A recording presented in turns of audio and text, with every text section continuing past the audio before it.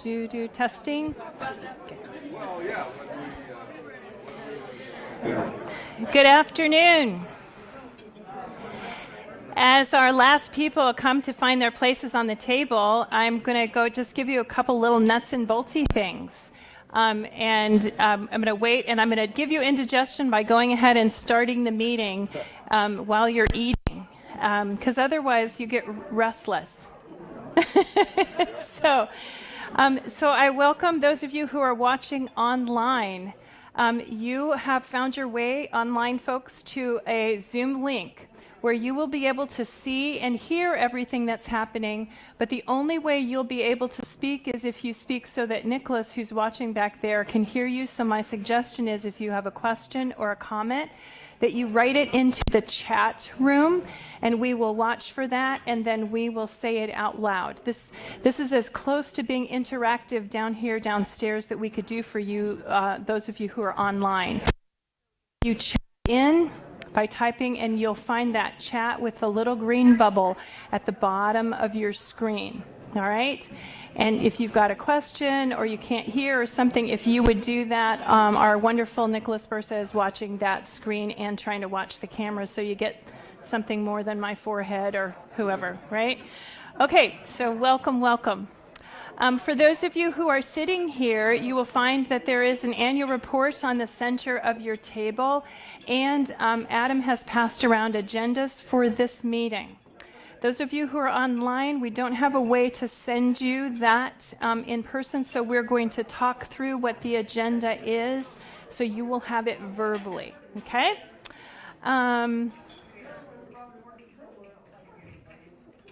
Many and special thanks to the senior highs who have prepared our food and the adults who have assisted. If they would all wave from the table, we could give a big hand to them.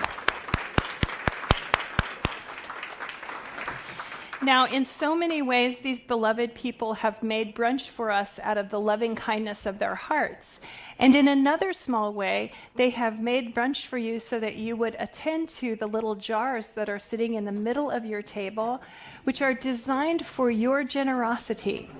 That any funds that you might consider donating would help offset the food from the breakfast and provide monies for the upcoming senior high mission trip to Mexico. So I invite you to see those small little jars that have a picture of past mission trips on them, and we're very excited to have the opportunity to help do that. So those things are there. We do have a quorum, and today I would like to introduce you to Robin Miller. You may have known her and seen her in the choir, or known her just because she's been here for 100 years. Well, maybe not 100 years, but 12 or 13, right? 13 last week. 13 last week she's been here. And in these 13 years, you will remember that at the December congregational meeting, Robin was elected to be an elder and ordained in January. And her responsibility on session will not only be being present and helping to lead the Time, Talent, Treasure team, but she has signed on to be the deputy clerk of session, which, hey, is right? And because our beloved clerk is in Australia at this moment, Robin gets trial by fire that she gets to take minutes for the first congregational meeting 1 month into being an elder. So that's pretty fun. That's what it's like to be part of this church, man. Get engaged, right?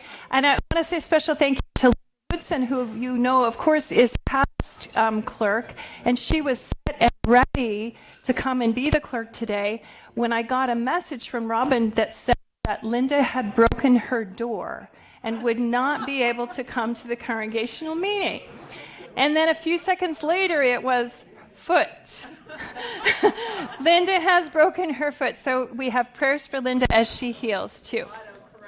Autocorrect is a wonderful thing. All right, very good. All right, you will find in your in the annual report reports from every committee and the session and the Board of Deacons, the finance team.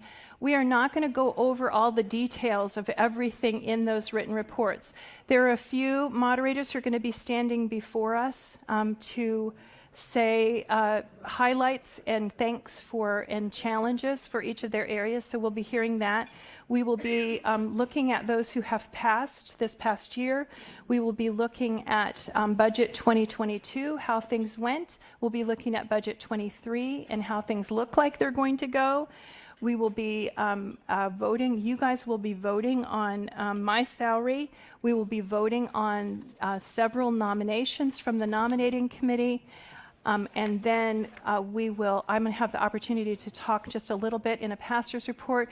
We will entertain questions, comments, concerns. This is your chance to speak across the whole congregation. So I invite you that we're going to do that at the very end. Because this is a congregational meeting, only matters that were posted can be voted on. So we can take questions and comments and all that, and they get referred to the governing bodies. But you can talk about anything you want. That's what I want to say. Let's begin with prayer. Holy and loving God, you gather us as a body. You send us as a church. In your mercy and by your grace, preside over this meeting, that the work that we do would be pleasing to you and helpful to the people who are your church here. We pray these things in your holy name. Amen.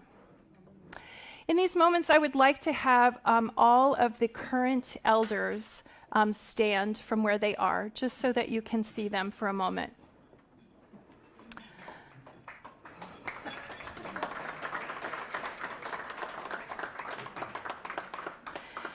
Thank you. Sometimes people say, I know their names, but I don't know what their faces are. Not all of our elders are present here for us today, but by golly, each one of them is working hard, and we give our thanks for the work that they do. I also want to identify those of you who are deacons. If you are a deacon in here today, would you please stand?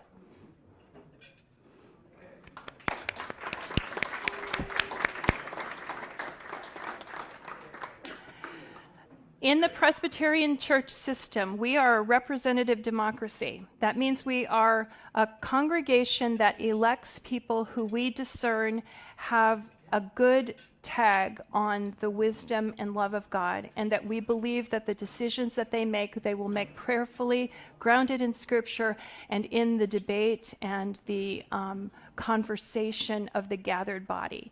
We Presbyterians believe that we are closest to discerning the will of God when we gather as a group, and you say what you think, and I say what I think, and so says what he or she thinks, and in the pool of that mixture, we find the Spirit stirs the water, and we see something we could not have seen without each other. That's how the governance of a Presbyterian church works. In the charge of those who govern is also the care of the people.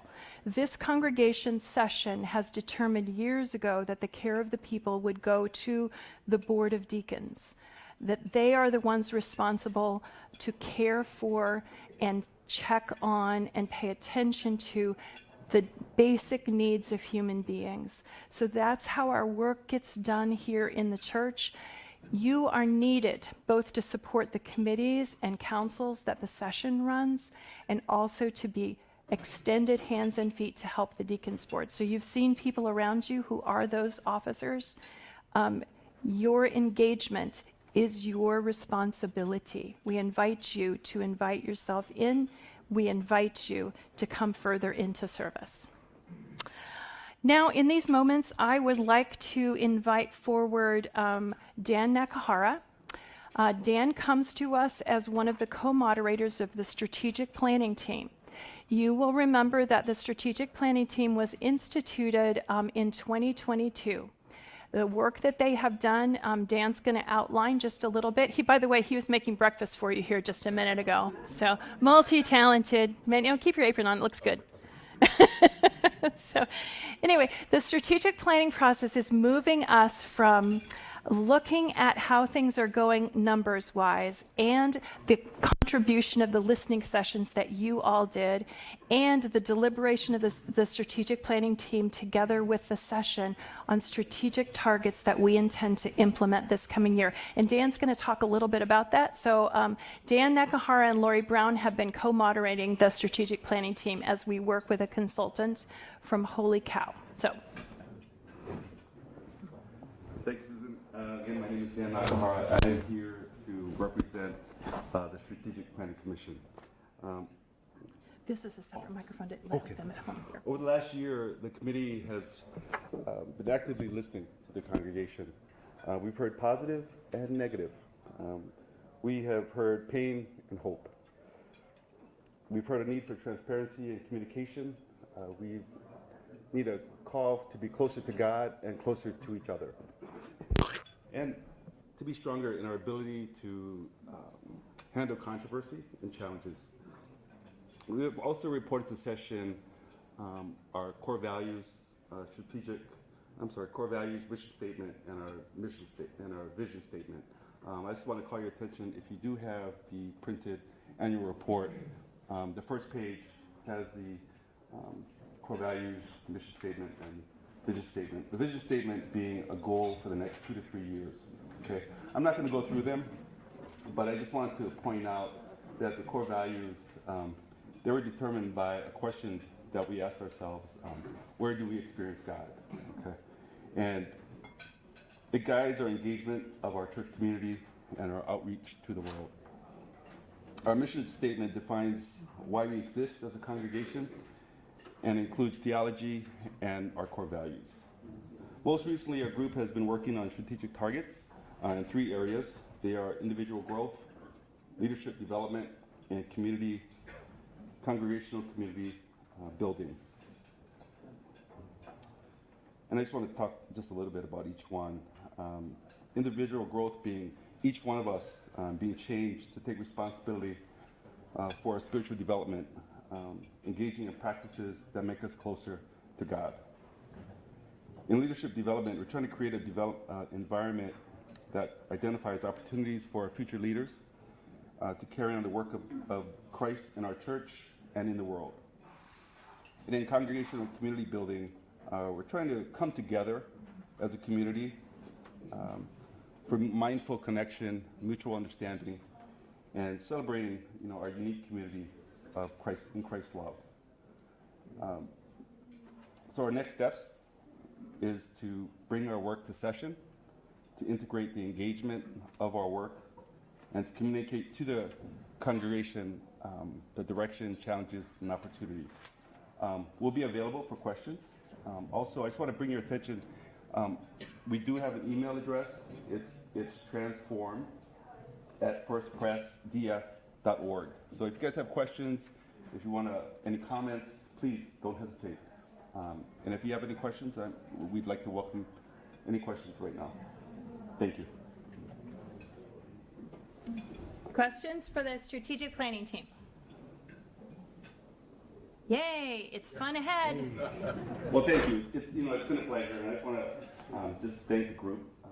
The names are listed in the program, but they've been working really hard for you guys, and we're really excited. Thank you.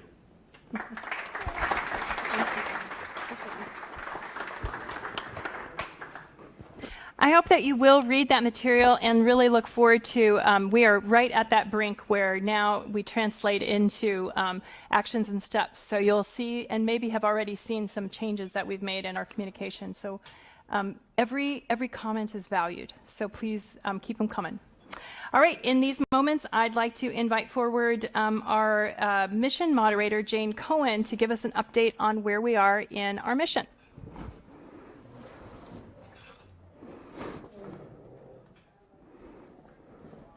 Good morning, and I'd like to start out by thanking all of you on behalf of the Mission Council for your ongoing support of our church's mission ministry. Mission is the responsibility of all of us. It's not just the responsibility of the council. And through your pledges, through the donations you make, food to pads, participation in the school supply drive or the Thanksgiving baskets or purchasing presents through the Angel Tree program at Christmas time. All of these things really touch the lives of people who need us, our brothers and sisters in faith. Many of you were involved in helping to furnish and stock the home of the Omar Layla family, the Syrian refugee family that our church co-sponsored through Refugee One. And it made all the world of difference to that family. They came here with 2 suitcases, and we together helped them furnish their apartment. One of the things we learned, Dan was talking about the listening session, the planning process. And one of the important things that we learned was that our congregation is looking for more opportunities to engage in mission ministry through volunteerism. Last year, many of you participated helping with pads on Sunday night here at the church, or participated in the Feed My Starving Children. Some of you participated in helping to build a home in North Chicago for a deserving low-income family. Our senior highs went down to Mexico last year and helped to build a foundation for 2 new classrooms. So we've got a lot going on, but our congregation is telling us they would even like more opportunities. So our council is going to work hard to build on the existing programs that we have. And if you have any thoughts on what you would like to see us do in terms of volunteerism opportunities, please be sure to let us know. And we really encourage you to read the weekly e-blast that comes out each week and the messenger, and to regularly visit the mission wall over by the Coffee Fellowship area, outside the chapel area, down by the John Calvin Hall, because that is all 3 of those, the e-blast, the messenger, and the mission wall, are all ways that we communicate with you and keep you updated on what's going on in terms of our church's mission ministries and how you can get involved. We had planned to show a video today showcasing some highlights, some mission highlights from last year, but we're having some Wi-Fi problems. So that video will be showcased and premiered at the trivia and game night next Saturday night. We hope to see lots of you there. And then we will post it on the mission wall, so you have an opportunity to view it there as well. One thing I wanted to mention, Diane Wallace is the treasurer of our mission council, and we're so thankful for her and her skills.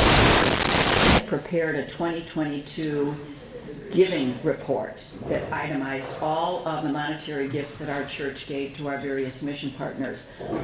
Unfortunately, it got excluded from the annual report. And in the annual report, the financials show that our budget for last year included $36,000 for mission, which is great. But we have other sources of revenue as well, from fundraisers from the G2G funds that are designated for mission and some other designated mission funds. So what we wanted to make sure everybody understood is that last year our church donated over $88,000 to our various mission partners, and that doesn't include all of what you have done through your donations of food and Angel Tree gifts and Thanksgiving baskets and school supplies. So we thank God for the generosity of all of you, our members, as well as a church that truly believes in the need for all of us to be the hands and feet of Jesus here on earth. So I'd be happy to answer any questions. If you haven't had a chance to read the mission recording annual report, I really encourage you to do that, because I think you'll be very proud of what we have done as a church and congregation. Any questions? Then go ahead and clap. I see you, Bruce.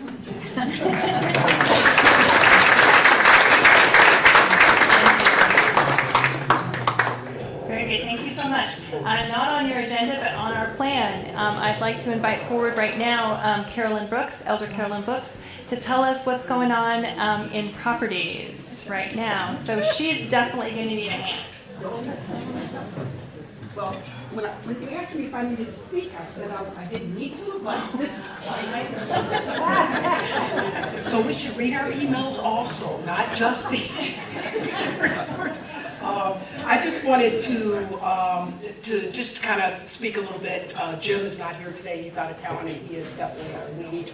But just wanted you to know that the Properties Committee has really been working on a lot of projects this year, and they are outlined in the annual report.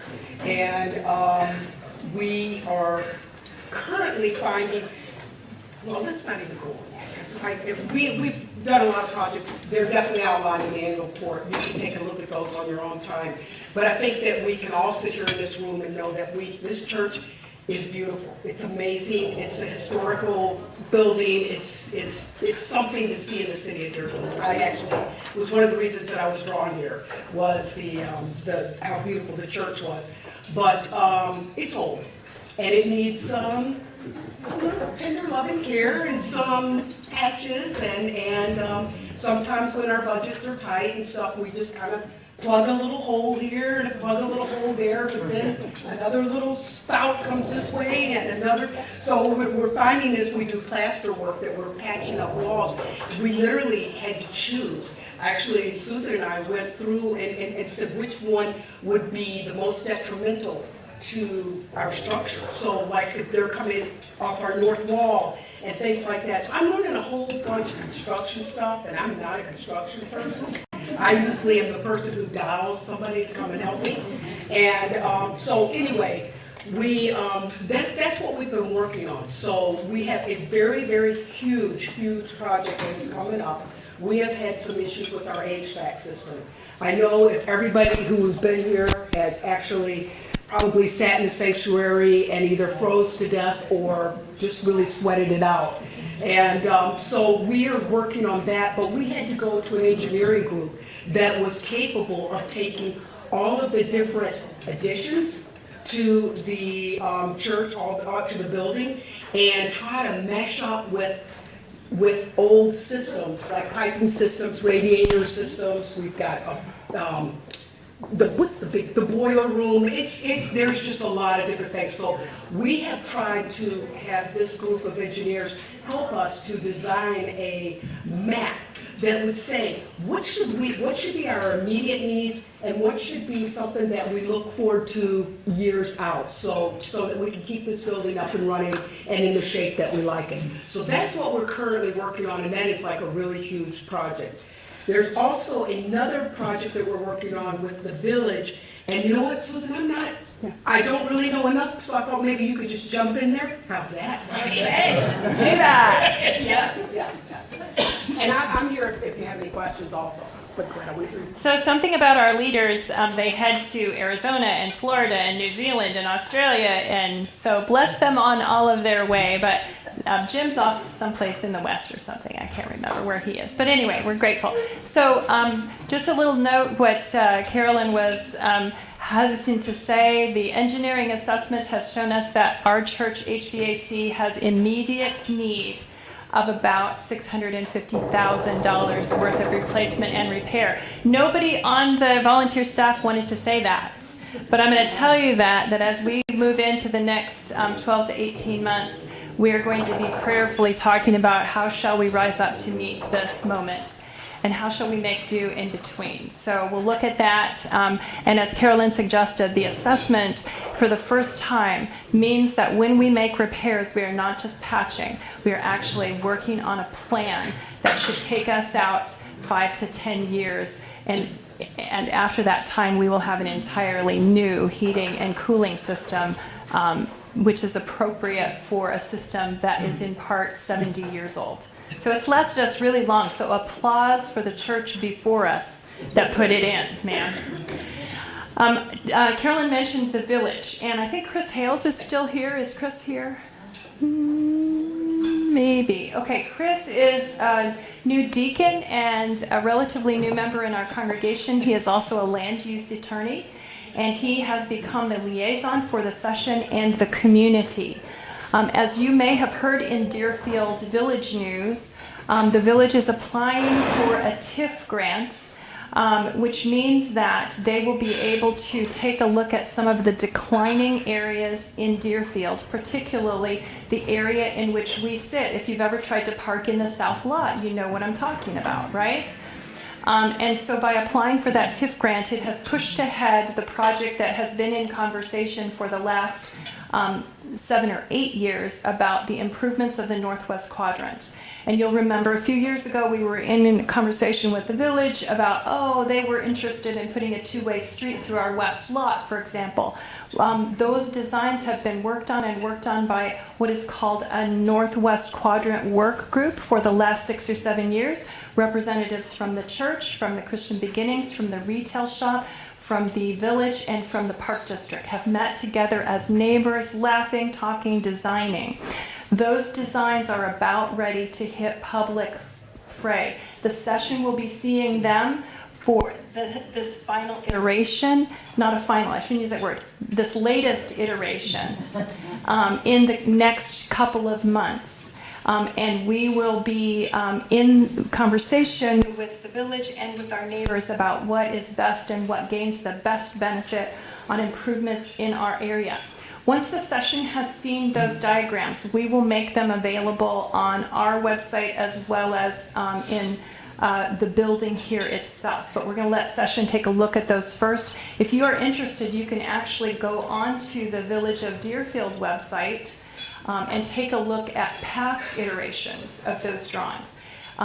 So it will have impact on our parking lot, it will have impact on our sidewalks, it'll have impact on south side, west side differences, that sort of thing. So they're all things we should be interested in and care about, but the important thing to recognize is that we are all working together to improve this 40, I don't know how many acres of land that is the center, with church kind of at the center. If you look at the aerial view, the church is kind of in the center of the impact of some of the changes and improvements that Deerfield will be making. And we are in the conversation, and as I said, Chris Hales is helping us by providing pro bono legal assistance. So that's really fun. I think that concludes properties report, but what questions might there be which I can defer to Carolyn, because there's payback both directions. I'm actually happy to take any questions, and if you can't think of them here, feel free to email me. I'm happy to answer any questions, or if you guys want to attend a meeting, or if anybody has any hammer skills, come on over to the properties team, drop by and spend a little time. Very good. Any comments from our people at home? Nope. Okay. Very good. I'm going to call forward then our, yes, give them a hand. Yes. It's a fabulous team, the properties team. Thank you to Jim Thomas and Carolyn, who've led fearlessly along with the whole rest of the team. I'm going to turn this over to Robin, our deputy clerk, so that she can offer us the necrology report. If you have an annual report in front of you, you will find the names on the very back page. So I was going to read them, should I? Okay. All right, I'm going to stand here. Can you hear me there? Can you hear me there? I'm going to move the microphone. Okay. Is this working? Okay, there I am. Oh, okay. Okay. I wasn't following this. Okay, so we're here at this moment to remember all the members and friends that we lost last year. And I'm going to read their names, and then we're going to pray. So Hannah Busan in January, Susan Brady in February, Peg Howe in April, Ruth McCoy in July, can't read my own writing, Joan Mason in August. Those are members of the church. And from the friends list, we lost Eva Clausen in January, Ruth Larkin in February, Lee Nelson in March, and Kent Organ in June. So will you pray with me now?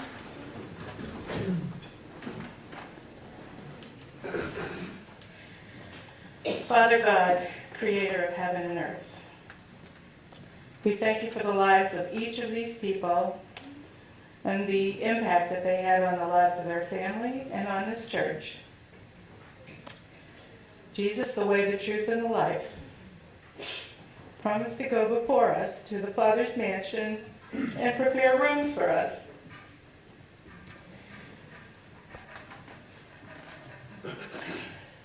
We rejoice in the knowledge that these rooms are ready and that the guests have gone to those rooms.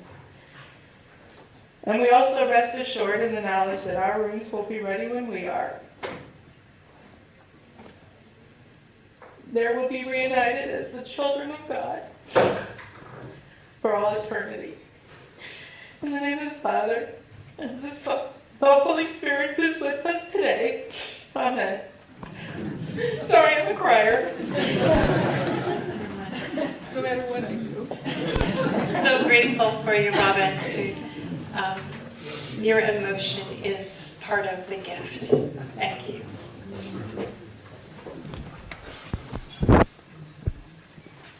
Help me make sure that I've not missed any reports from committees other than finance and talent treasure. Did I miss anyone? Thank you. In these moments, then I'll call Bill Smith up to give a report on the finance situation, and then Jeff Hallway as well. So, did I get you right?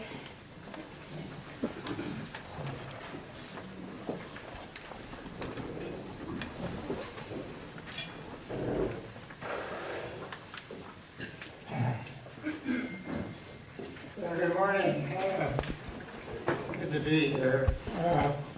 The finance looked at 2022 as sort of a transition year between the pandemic and but with things getting back to normal here towards the end.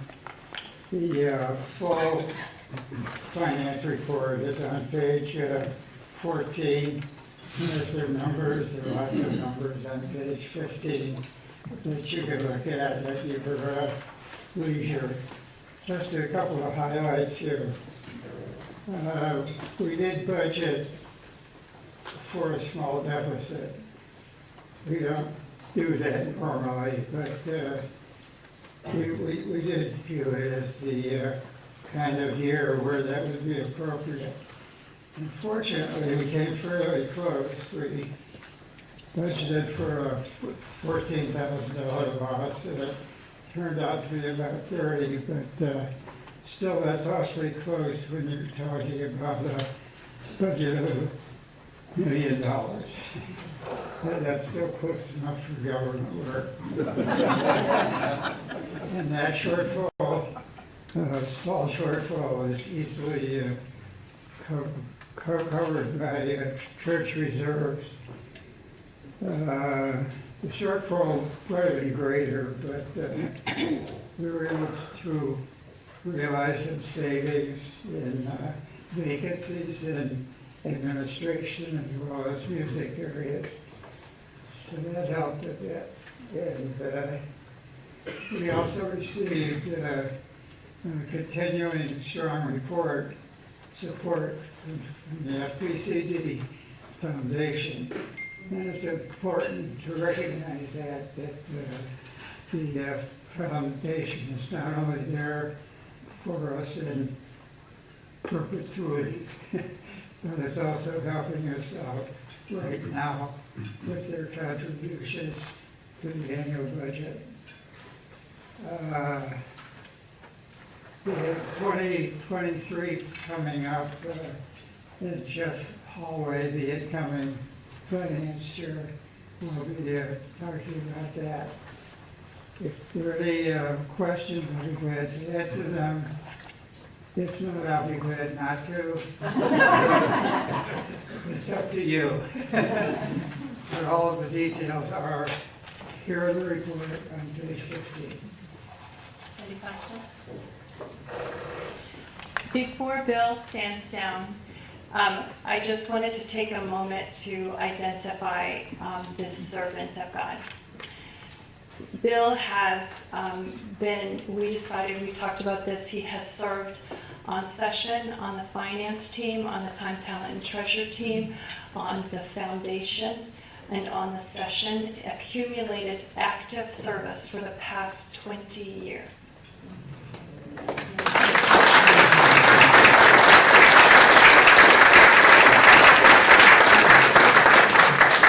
it is not only the quantity of years of service that he has given. One of his finest gifts is the way that he loves Christ and the way that he studies Scripture and tries to make a connection between the work that has to do with money and the life of the church and the love of Christ in the church and to the world. He has been our resident scholar in helping us write articles about what is stewardship. He has been the voice of hope that has said, let's just analyze what the last 5 years look like. Hey, when you look at the big picture, it's not as scary, right?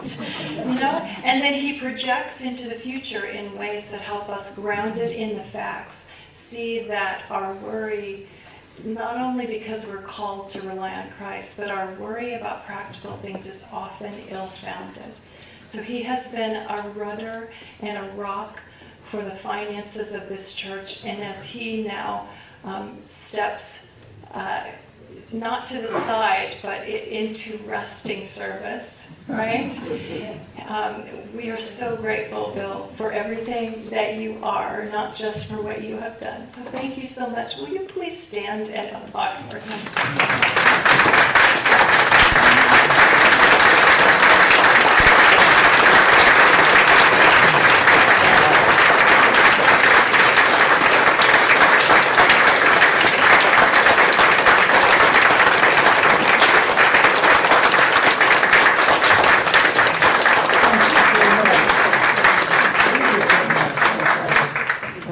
Susan likes to differentiate between the elders currently on session. They're called ruling elders. But you're an elder always, for the rest of your life. And the ones not on session are called rusting elders. And I'm really looking forward to being a rusting elder.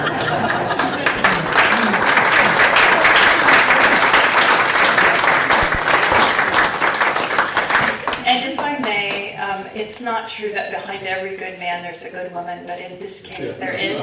Many and special thanks to Jane Smith, who has been my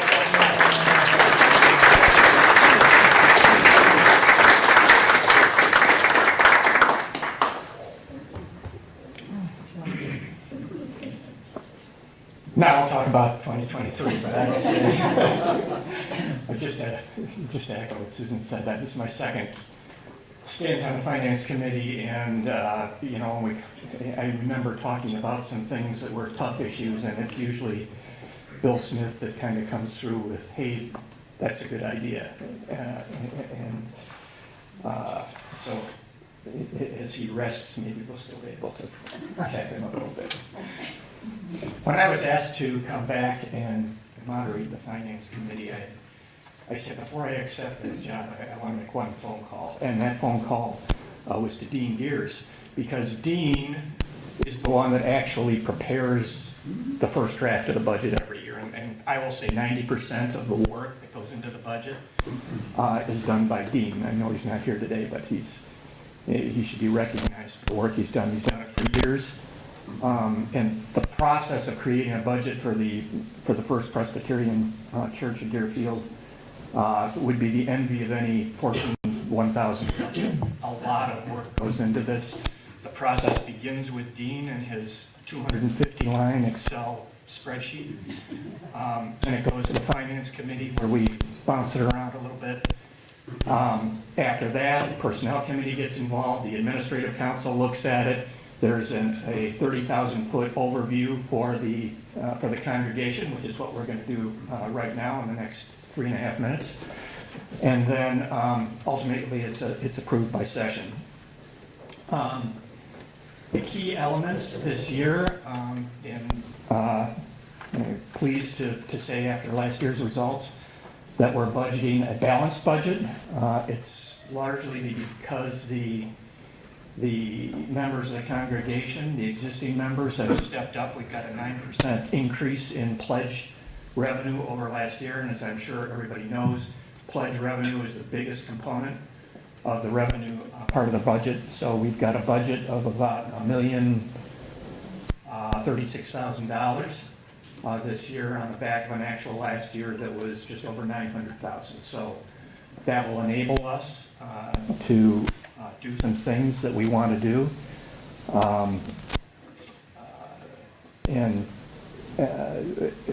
While pledges are the biggest component, there's also going to be a slight increase in contributions from the Christine Beginnings program, and we're also budgeting to get some realization from our retained earnings in form of dividends and interest that's the result of what's going on in the markets right now. But we have to, because we got the increase from our existing congregation members, a big thanks needs to go out to our time, talent, and treasure team. A lot of work was done. It was always done, but the increase from last year gets us to a level we haven't seen in 3 or 4 years here. So that's great. We're back to pre-pandemic levels. On the expense side, we've stepped up the budget to take care of some additional outreach we're going to do.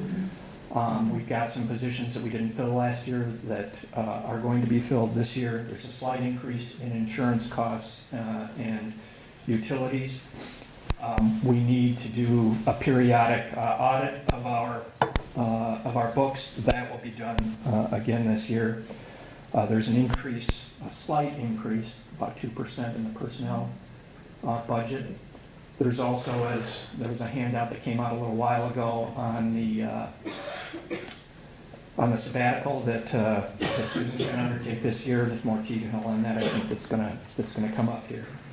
So that, I'll stop there. That's kind of the overview, the 30,000-foot overview of what the budget's going to be. No budget gets hit right on the head each year. There's always risks. We heard about one of the risks a little while ago for properties. This budget includes kind of normal maintenance stepped up a bit for utilities and other property items, but it doesn't include the substantial need that the church is going to have on that HVAC system.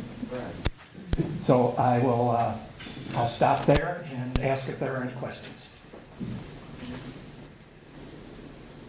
Any Sure. questions from home? Nope. Okay. Hearing none, I will turn it back to you. Yay. Thank you so much.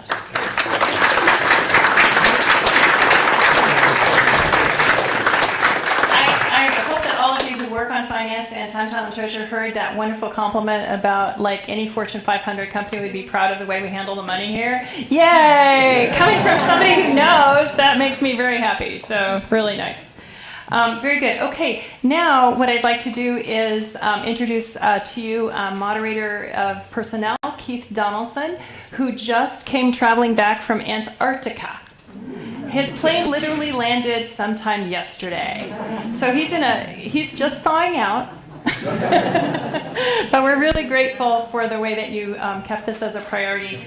I am going to stay through the personnel report, and then I am going to depart, leaving Robin to, I forgot to tell you about this part. I leave, and then you guys get to talk, and Keith will help us talk through, and you get to vote on my salary. But I'm going to stay during the sabbatical section so I can answer questions in the rest of the report. And then when you get to the clergy part, my family and I don't even see where my husband is, but we'll leave so you can talk about us. Me. All right. Good. All good. Yeah, good afternoon. You're going to get tired of hearing me speak, so I will try and be a little bit brief. I do want to echo something that has already been said. I want to give, again, a round of thanks to Bill and to Mike and to Dean. They have been backbones for so many different committees. I've worked with them in many different capacities and utmost in professionalism, and this church has been unbelievably gifted and blessed with all their hard work. I want to first talk about the Personnel Committee as far as the members. And we're always looking for new members, by the way. On the committee is Gavin Spears, Dean Gears, which again, he has been a tremendous addition. Kim Norwash, which I cannot say enough about Kim. In fact, I will say a little bit more about her in just a minute. Britt Nolander, he unfortunately had to depart to Montana mid-year, but he was a real valuable member of our committee, and Gabby Reuter. Gabby and I think have been on for a very, very long time. In fact, I don't remember a time that either one of us were on the committee or weren't on the committee. some of the highlights from last year is that the fact that we have unbelievably hardworking, very adaptive staff, and we should be unbelievably grateful for the staff that we do have, not just the staff that we see, but the staff that does a lot of work behind the scenes. And I'll talk about behind the scenes again in just a minute. Through COVID, it required a real massive change in the way we did not only personnel, but the way we ran the church, the way we ran, obviously, services. And going from one extreme, going to a hybrid approach, it's not been an easy navigation for our staff, but they've been able to do that with limited resources and in a way that I think we can all be very proud of. It certainly has not been without its amount of challenges, but we certainly have, our staff has risen above the challenges, and they've been very flexible and been very adaptive, like I said. The church staff actually has been relatively stable, which, if anybody is in business, you know that stability of personnel is not something that actually happens right now in the workplace. We're living in an unbelievably unstable environment as far as personnel goes. But our church staff here has been very, very stable, with the exception of losing Terry Berardini. All that work was picked up pretty much by Kathy Knezovich, working part-time and just doing this unbelievable amount of work. We certainly owe her a round of thanks, a round of applause, because she has definitely risen to the occasion.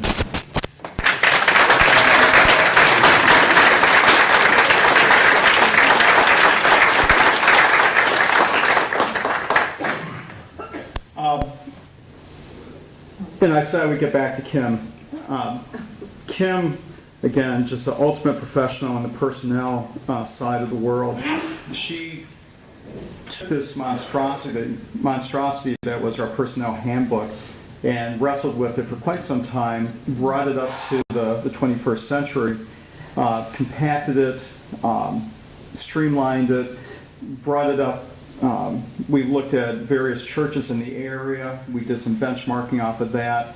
But we just made it understandable, readable, easy to digest. And it took actually over 2 years worth of work and editing before it actually got to the committees. So it was, it's been something that's been sitting on our platter now for close to 3 years. We finally got that finished and approved last year. It doesn't sound like a lot, but that was a major undertaking. So my hat's off, my thanks to Kim for really shepherding that through.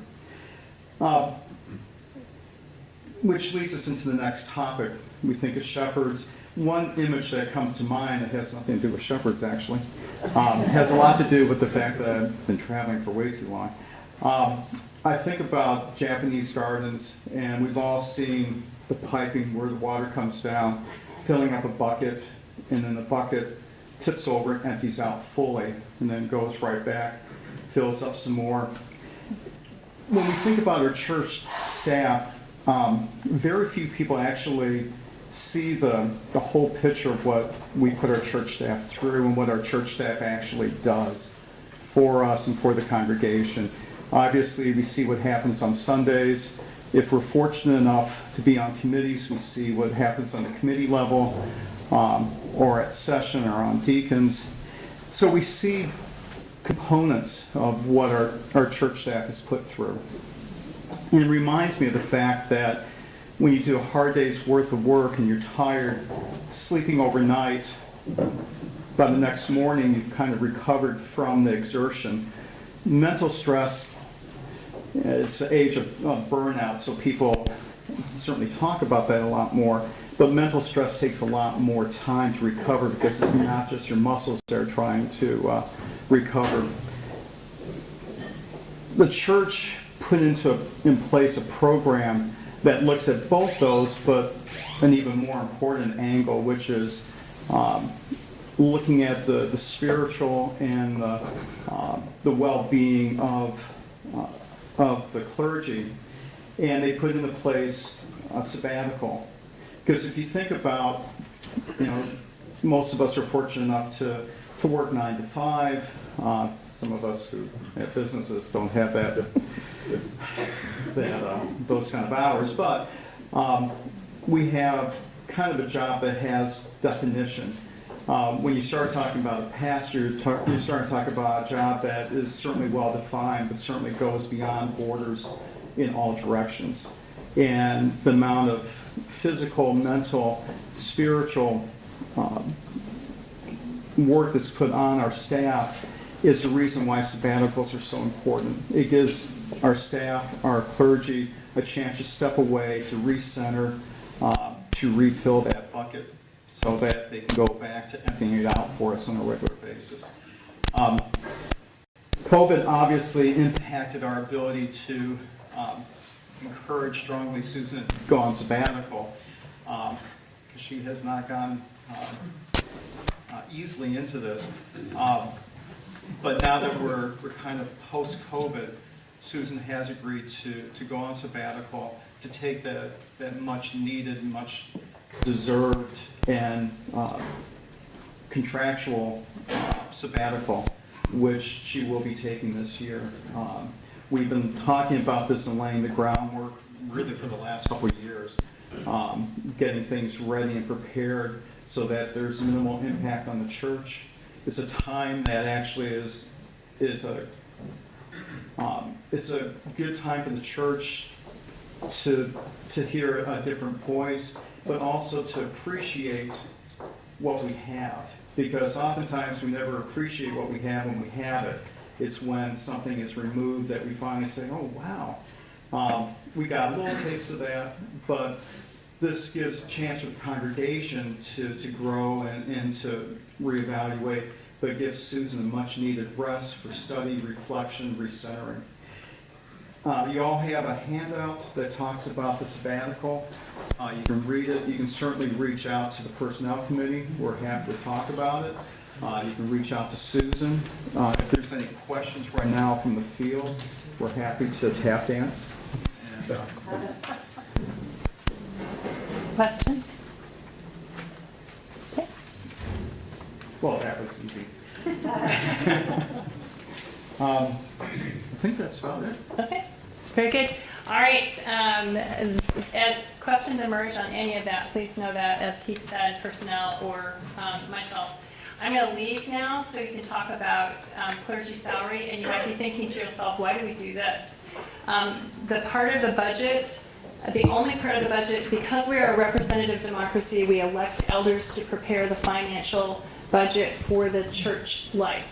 The only part of that the congregation votes on is the pastor's salary. That's why I leave out of the congregational meeting so that the personnel committee makes the recommendation of what would fit into the budget, and then you all get to vote on that part. The session gets to make the rest of it work. So thankfully, you don't have to do all that. You just do this one little section. So I'm going to leave, and then when someone gets done, if you will come and get me, that will be good. Yes, you have something to say? No. Yeah, you're just holding that. And you're wondering why we're holding this, it's so people at home can hear. Can I have it? Oh, yeah.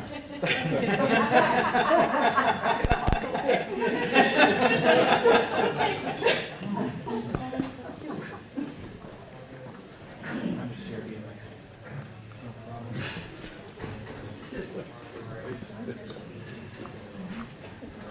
You want to get started there? Oh, are you doing a presentation? No, not really. I just found out about it this morning. It's okay. I can pick it. Well, I'm not sure what the people have seen in terms of. Yeah, no. I think one of the handouts that you received was the terms of call for the salary. Yeah. Oh, okay. I hadn't seen it, sorry. I can certainly go through it line by line if you want.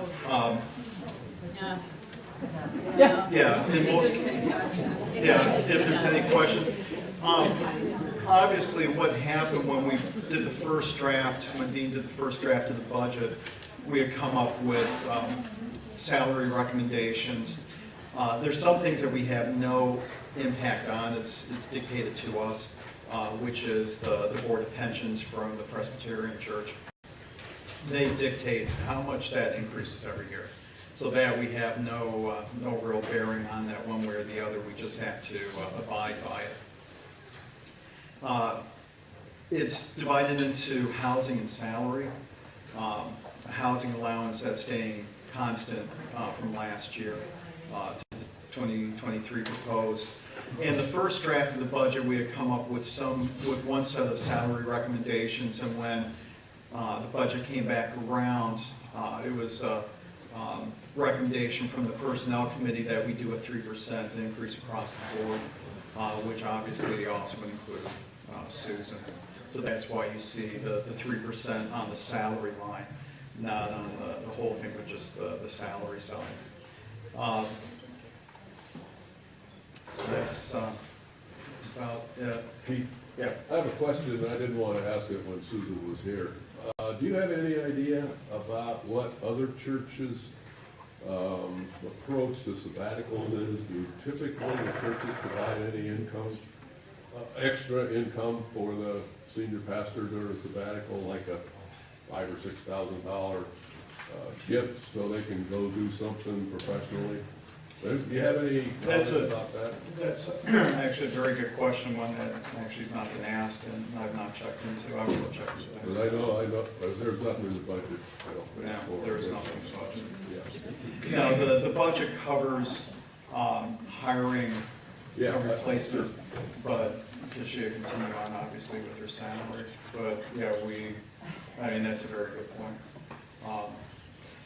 I will bring that up at the next personnel meeting, and we will dig into that and respond there. And I don't know, maybe all pastors are on their own when they take a sabbatical. I really have no idea. Well, I know Susan had put in for a couple different grants that she was trying to get, but none of that came through because there's a lot of people on sabbatical and only a few grants. So I really don't know what her plans are. Okay. But that is a good suggestion. Any other questions? Can we have a motion regarding this proposal? So moved. A second? Second. So all in favor say aye. Aye. Opposed? Same sign? Okay, the motion is passed. Thank you. Thank you.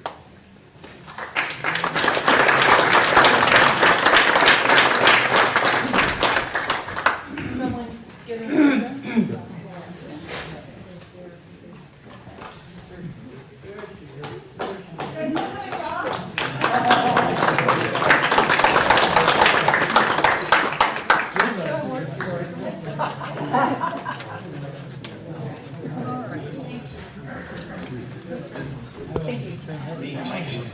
Yeah, thank you to Jeremy for being a mic stand.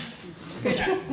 Hey, thank you so much. It is a privilege to work here, and as Keith suggested, it is hard to have the work of your life and the people that you care about so much, and then to part from you and want to. But really, those who helped me design the sabbatical will say it is as important for the pastor to step away so that my relationship to God is not entirely related to what is the work that is at hand, but it is also really good for the congregation to have me step away from you so that you can think, hey, we wish we were doing this. Oh, wait, we need to do this, and to think about what church, and especially right now in the strategic planning process, we are in a moment in time, as the church is always, a moment in time where you decide what is the church that we are called to be, and how shall we, in a holy way, delight God by our faithfulness to that. So we get to think about that, and we get to come back together again and march joyfully into the fall that is ahead of us, right? And the new year marked by the strategic plans and this renewed enthusiasm. I'm getting into my pastor's report, and I'm not supposed to because now it's time for nominations. Arda. Yes. Oh, Keith. Yeah, can I Yes. do one thing? Yes. I apologize, I said you were going to get tired of me. I forgot to do my shameless plug for foundations, so I'm just putting my foundations hat. As the head of foundations, we've heard from the budget people, and foundations has an increasing impact on the current life of this church. We were very fortunate to have some very nice additions to the foundation this past year. We strongly encourage people to think about the foundational giving when you're looking at your plans and looking forward. There's some real creative ways that you can include the foundation of this church in your plans. All the people on the committee are very happy to have discussions with anybody. But that's my shameless plug for the foundations. But again, to the people who have given to the foundations in the past, my heartfelt thanks. And that's it. Thank you. Not so shameless. And now Arda Shea, who is the assisting elder for nominations, with a few nominees to place before us. Thank you. The 2022 nominating committee was moderated by Elder Peter Stonebreaker, and I served as the assistant elder. Our team, and thank you to all of you, was made up of Deacon Representative Amy Browdy and members at large Chris Hales, Dan Booty, John Rudzinski, David Griffin, Kathy Knezvik, and Pastor Susan, who is our ex officio. Our work since the meeting of the congregation in December of 2022 was to fill one vacancy on session, one vacancy on the Board of Deacons, and to prepare the slate of nominees for the 2023 nominating committee members at large. I am here today to offer names for these positions.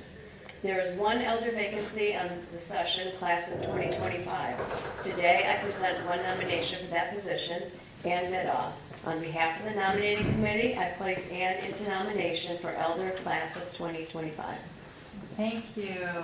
So it is always my job to make sure that we also call for nominations from the floor. I'd advise you, since there are no vacancies beyond this position, you would have to replace Ann's name with another person. Are there any nominations from the floor? Hearing none, we'll return back to the motion that is before you. All those in favor signify by saying aye. Aye. Opposed, same sign. Those of you who are at home, just wave your hand at Nicholas if it is an aye for you. If it is a nay, also wave your hand. All right, very good. And then you are elected to the office of elder.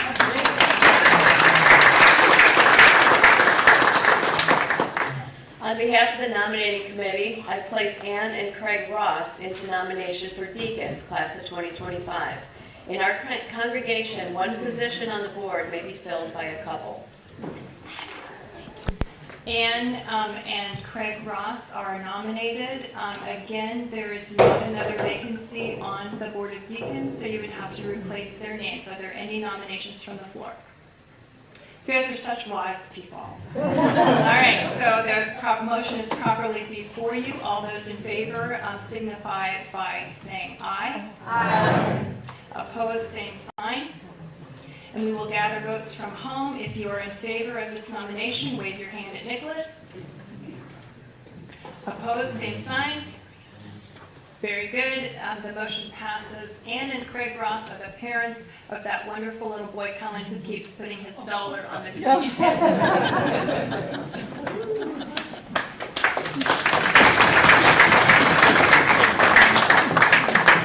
The congregational nominating committee is made up of 2 ruling elders, 1 serving deacon, and sufficient members at large as to provide a majority to the committee. The pastor serves as ex officio to the committee. The elder representatives for 2023 will be yours truly as the moderator. I know you're all jealous. A player to name later for the second elder vice moderator. Deacon representative Elzanne Oline, thank you. And members at large, Dan Booty, Chris Cunningham, Dan Kaybauer, and David Griffin. I place these names in nomination for members at large. Very good. So those the members of the nominating are set before you. You can have more people on the nominating committee. Therefore, it is appropriate at this time to see if there are nominations from the floor to serve on this committee. My request is simply that you would have asked the person before you speak their name. Are there any nominations from the floor? Seeing and hearing none, then the names are before you as Arden has declared them. All those in favor signify by saying aye. Aye. Opposed, same sign. And at home, wave your hand if you're an aye. Opposed, same sign. And the motion carries. We have a nominating committee 2023. And we give heartfelt thanks to 2023, Arden and Peter and the whole team. Thank you, thank you.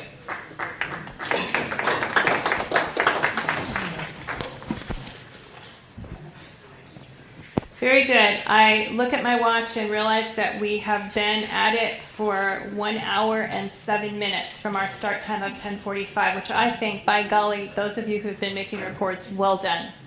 Now it's my turn. Let me just get my 14 pages out. Kidding. I have 3 things I'd like to say to you for my pastor's report. What is the place of the church in the world? I want to say to you, always we begin again. When Christ rose from the dead, his first act of work was to regather his disciples and send them out to be the church. Their job and our job is to teach what he has taught us, to baptize in his name, to serve and make disciples into all the world. That is the charge of the church. Sometimes we hit the nail on the head, and sometimes we falter. This moment in time will be both, but always by the grace of God to us, we begin again. Always the same job, to love God with heart, mind, soul, and strength, and our neighbor as ourselves, and to teach and live that message into all the world. That is the only thing we have to do. And the medium that we do it in is all the other work that you've heard about today. We begin again with the 3 strategic targets that are being set before us by the strategic planning team. I'm going to put them in a different way.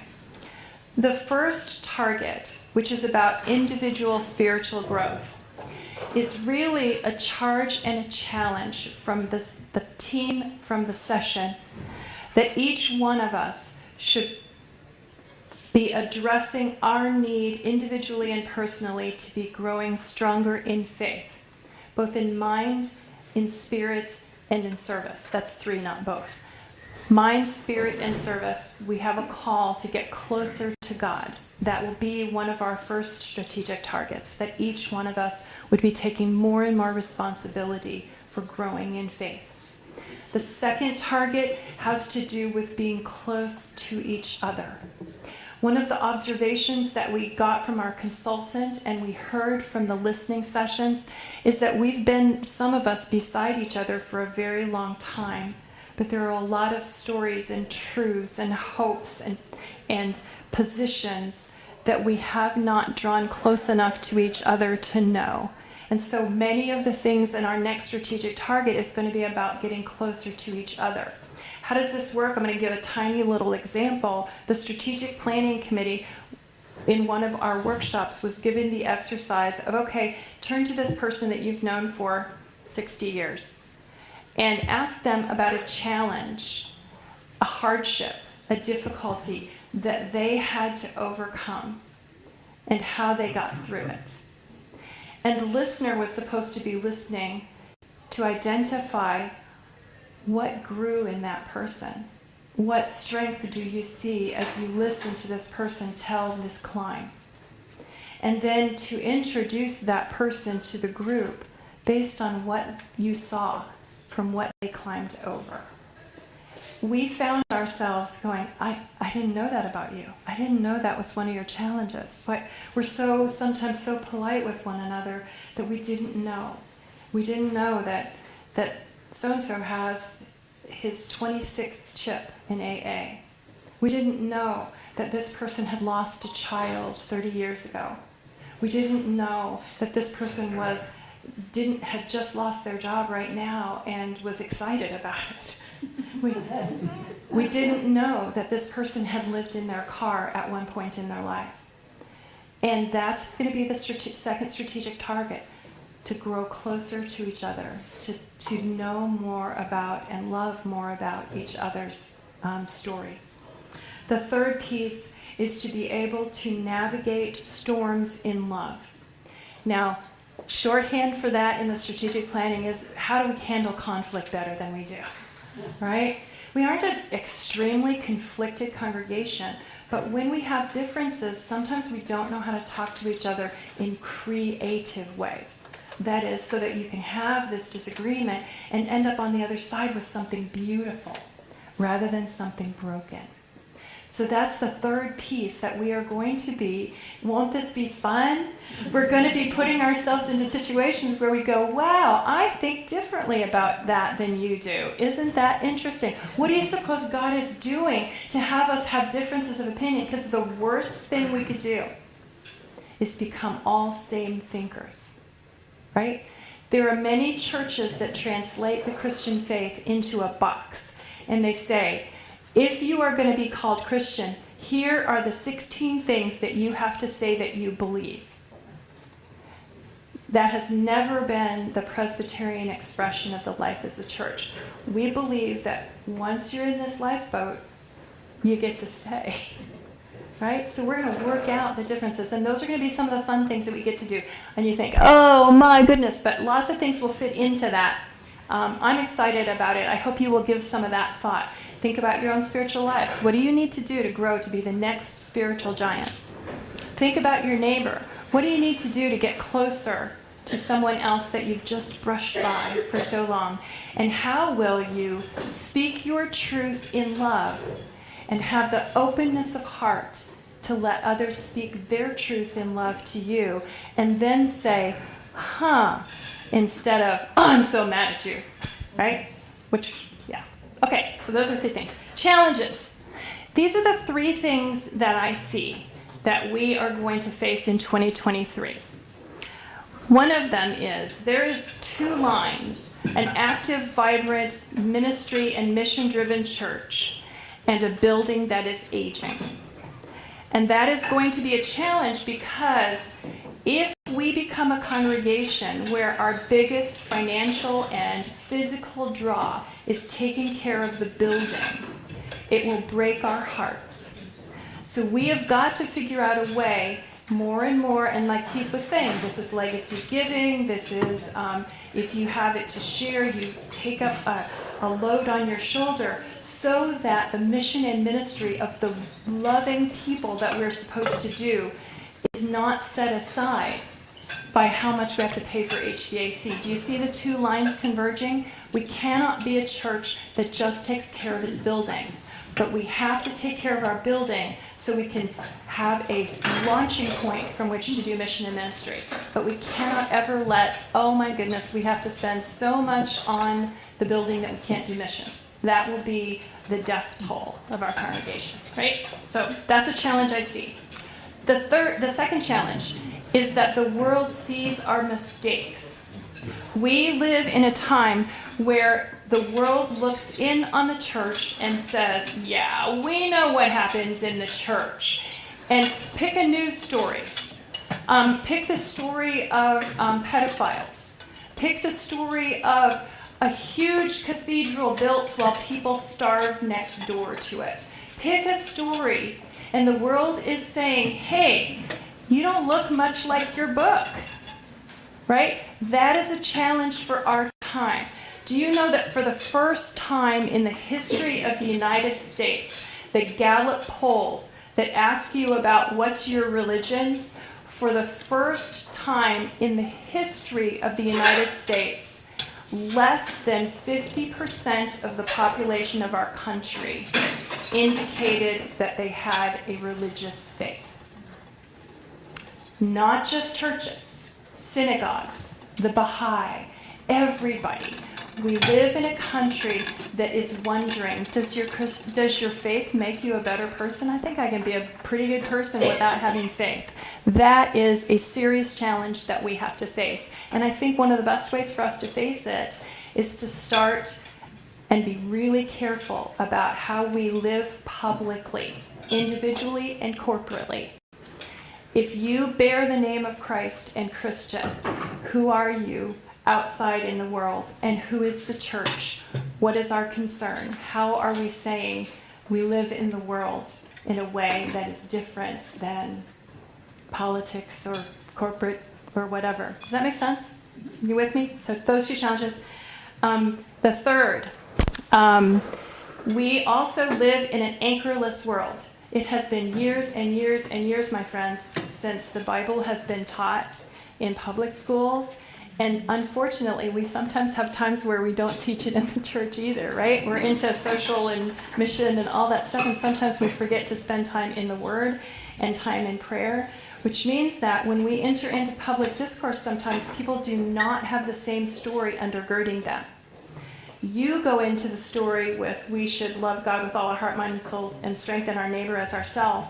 And another person goes into the story like, no, I'm in this situation so I can get the most I can get, right? It's not a common ground anymore. You cannot say to the normal hoi polloi, what is it that God requires of you? Because less than 50% of the people in our country have a grounding in what God says at all. So we have to become teachers and livers of that story. So those are the three challenges I think we face. How do we live our story publicly? How do we honestly accept the mistakes that the church has made over the centuries, even in our country? And how do we make sure that our building costs and our physical costs do not get in the way of being a vibrant mission and ministry focused church? Those are the three things I have to say to you. And now, questions, concerns, things that we should make sure we're talking about and why aren't we? And we're going to make a list of them. We're not going to answer all of them. So what questions, concerns?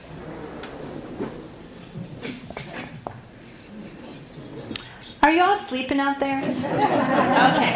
All right. I know one question I have is about what are the ways that we as a church could be making more of a statement and a practice of taking up less resources, like in terms of recycling, using energy, all that kind of stuff. I think that's one of the questions that I wonder. We don't really have a creation care or environmental interest group right now. And that's something that I think is looking at climate change and everything. It might really be something that we really need to look at. Yes? Actually wrote something down. What can we physically do, as in sweat equity, to help with the HVAC? Thank you. What can we do for sweat equity to help with the HVAC? And again, I'm not answering these questions. We're putting them down because we will think of things. They're going to take out all of our, you may not realize this, but the pipes that are around us were galvanized steel, and they are rusting to orange powder on us. So we will be putting new pipes in to do our HVC. There may be some walls to break down. I don't know what we can do with our own muscle, but we'll ask that question. It will mean that maybe this summer you're going to sit in Mary Martha Lounge and you will not have air conditioning, because the properties team is making the decision that we're not going to patch. We're not going to spend a nickel on patching. We're going to spend all of our nickels on getting new installation. We won't do that with heat, but we might do that with air conditioning. Okay, what other? I want to invite you up on the stage there are the new photo directories. If you have not picked them up, Kathy is there to make sure that you get a copy and to write down that you've gotten one, okay? Anybody else have anything ready for the good of the order that I have neglected? Would you rise now? Oh, yes. Helen, yes. Oh, I'm sorry, please. I will be very, very brief, I promise. My elder responsibility this year is with the fellowship committee, and in hearing talk about what's been going on with strategic planning made me want to make a comment, just saying that as with all the committees, we looked at all the comments that were given during the surveys and the listening sessions about what people wanted in our area of responsibility. And there were two things that came out. Everybody, now that we're getting more COVID manageable and back together, wanted to share more time together and have activities to come together as a congregation again. And the second thing is everybody likes food. So we have a lot to decide beyond just serving food at whatever we do. And we would love to have feedback about what kinds of activities you would really like to participate in. And it doesn't have to be even a specific activity, but a time that you think after church is good, if you like Saturday nights or Wednesday mornings, or if you like family-oriented activities, or a mix of music and dancing, or more serious speakers. We really would like your direction as we go beyond the normal things that we've done as a committee to try and plan new and exciting ways to be together. So I'm very nervous. I hate to extend this meeting longer, but I did want to share that. So if everybody on our committee that's here can just give a wave, we would all appreciate any kind of input you have along the way. So thank you. Yay, wonderful. And in thinking about that fellowship, I want to again thank our senior highs that made our lunch and ask if you would help them, because believe it or not, in about 3 hours, this room will become the PAD shelter. And that means we could use some help for those of you who are able to fold up the legs on all but 6 tables and fold up the chairs. There are racks in this hallway, and I'm asking only those who feel physically able to do this. We can get it done in just a few minutes rather than just letting our senior highs do that. They're in there working already, but we can help maybe with this, okay? All right, let's close with prayer. Would you rise? Oh, Ken Ashley was the first one to stand up, and I want to say, Ken Ashley, Don Enns, and Scott McNeil, together with Mary Getz, who sat at the photo table, but those 3 guys did all the pictures for the photo directory, and I don't even know how to say thank you to them, so would you stomp your feet for them or something? Yeah.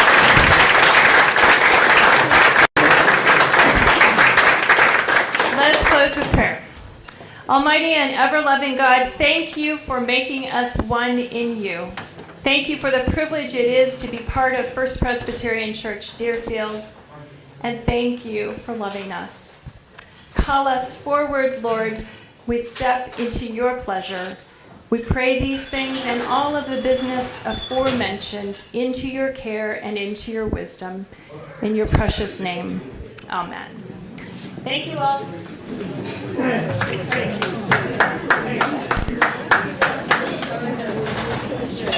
Grab it from the bottom. I think both of those are squeeze. Yeah, exactly. That's keep upside down. The racks will be flat, so if I remember, you start to stack them like this. All right. I think the rack is over here. I'll grab it and start rolling it.